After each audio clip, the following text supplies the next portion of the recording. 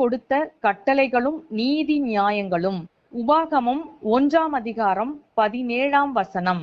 நியாயத்திலே முகதாட்சணியம் பாராமல் பெரியவனுக்கு செவி கொடுப்பது போல சிறியவனுக்கும் செவி கொடுக்க கடவீர்கள்.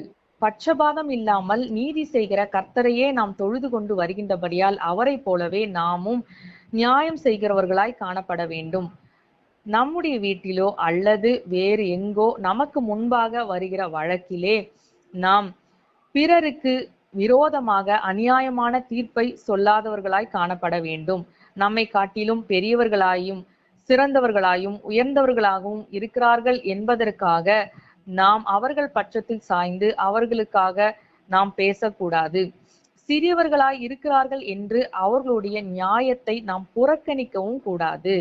நாம் நடுநிலையாக நின்று கர்த்தருக்கு பயந்து நாம் நீதி செய்கிறவர்களாய் காணப்பட வேண்டும்.